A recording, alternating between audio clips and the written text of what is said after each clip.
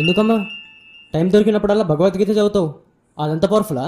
అసలు అందులో రాసిన ప్రతిదీ కరెక్ట్ అని ఎలా నమ్మాలి?